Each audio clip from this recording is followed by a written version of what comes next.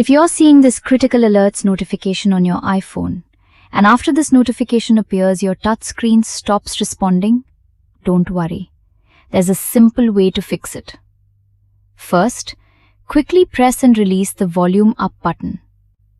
Then, quickly press and release the volume down button. After that, press and hold the side button. Keep holding it until you see the Apple logo and your iPhone completely restarts.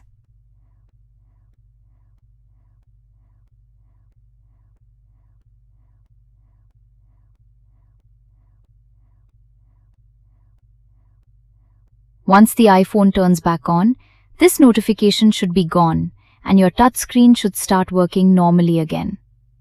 So, if your iPhone gets stuck on this screen and you can't use the touchscreen, just follow these steps to force restart your iPhone.